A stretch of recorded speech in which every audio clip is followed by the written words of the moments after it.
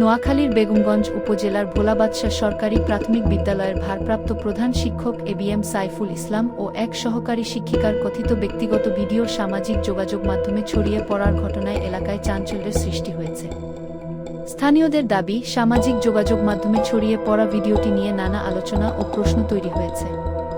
তবে ভিডিওটির সত্যতা, প্রেক্ষাপট কিংবা এটি কিভাবে সামাজিক যোগাযোগ মাধ্যমে ছড়িয়ে পড়েছে, এসব বিষয়ে এখনও নিশ্চিত কোনো তথ্য পাওয়া যায়নি। এ ঘটনায় বিষয়টি নিরপেক্ষভাবে তদন্ত করে প্রকৃত ঘটনা জনসম্মুখে আনার দাবি জানিয়েছেন স্থানীয়রা। একই সঙ্গে তারা বলছেন, কারও ব্যক্তিগত গোপনীয়তা যেন লঙ্ঘন না হয় এবং যাচাই বাছাই ছাড়া কোনো তথ্য বা ভিডিও ছড়িয়ে দিয়ে কাউকে হয়রানি করা না হয়। শিক্ষা প্রতিষ্ঠানের সঙ্গে সংশ্লিষ্ট হওয়ায় বিষয়টি গুরুত্বের সঙ্গে তদন্তের দাবি উঠেছে।